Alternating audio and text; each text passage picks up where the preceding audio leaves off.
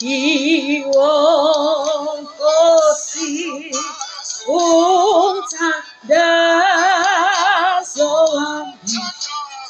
Kuyakhulunywa noNkulunkulu, kuyakhulunywa noSimakade, ubuke phansi ngedolo, ukuwenze ongakaze ukwenze.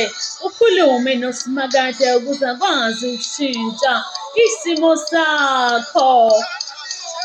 Umthandazo wami, yiwo Nkosi umthandazo wami,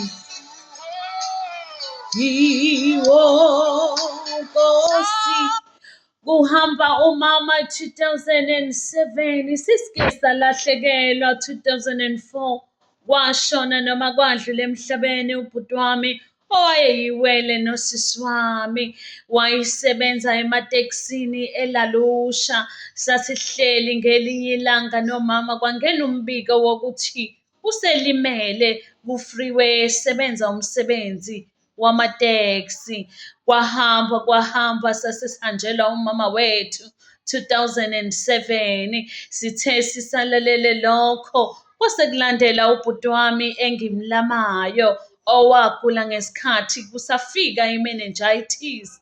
Wagula naye, waphathwa yikhanda, wagula washona. Sithe sisalalele lokho, kwasekushona usisi wami uMakaNomfundo. Saba buhlungu kakhulu, kodwa uNkulunkulu emuhle, uyazesula izinyembezi, uyekusula ukukhala komuntu, uyehla ezwe esemazulwini. Ayi, hlala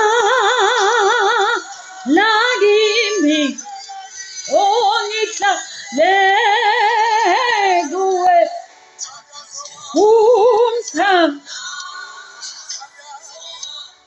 wena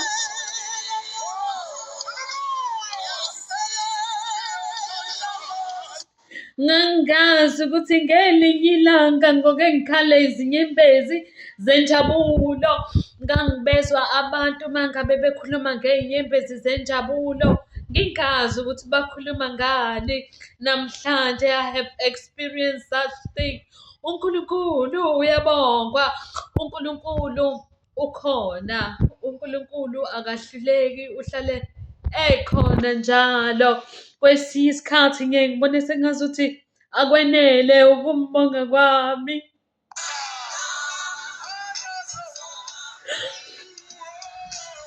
Yiwo Nkosi